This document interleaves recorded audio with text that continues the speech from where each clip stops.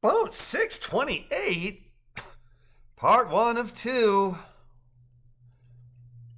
Sean began adventuring as a Nantahala Outdoor Center whitewater rafting guide spring of 2021, making 2023 his third year crafting his preferred calling.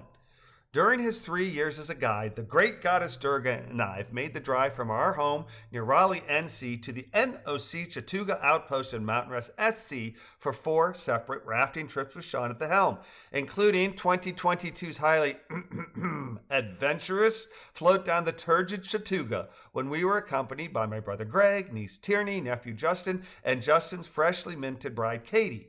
Our actual 2022 on-river events provided the nucleus around which I created the highly fictionalized novella Boat 628, which I serialized into 42 WordPress blog posts you can read and or listen to.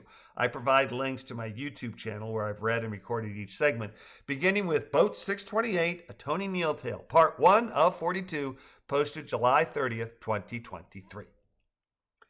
Google Maps provides 3 options for getting from our home to Sean's little piece of paradise. Options as short as 323 miles and as long as 342.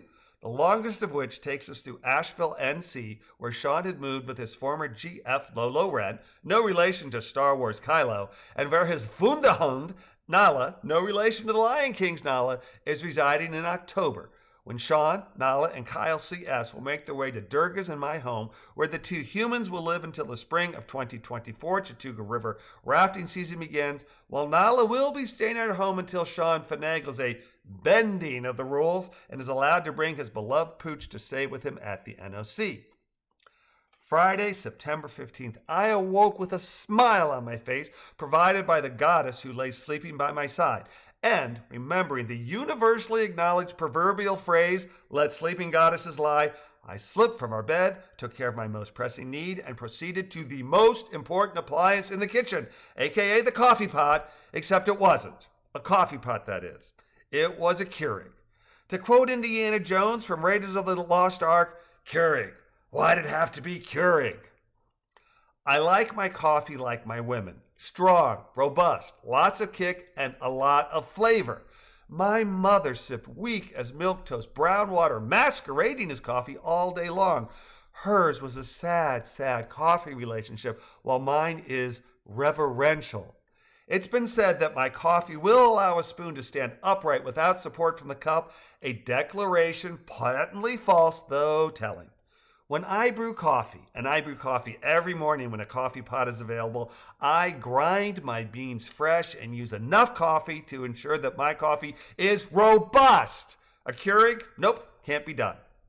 Fortunately for me, I had shared with the GGD, great goddess Durga, a tale from my father told from his work trips to Brazil in the early 1980s. Trips where he would brew coffee that his Brazilian workmates found tepidly distasteful, just as I had with my mother's coffee or that brown water wearing coffee camouflage from a Keurig.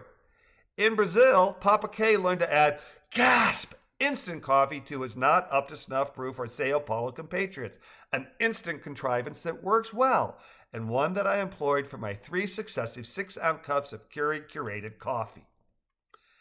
Many hours later, the GGD exited our bedroom and found me at the dining room table where I sat tip-tapping away on my tablet as I wrote October 11th's blog post, Des Moines, aka I love her and I hate the Midwest. Seeing Durga, I rose, embraced, and bussed the woman of my dreams and whispered the magic words, would you like some coffee?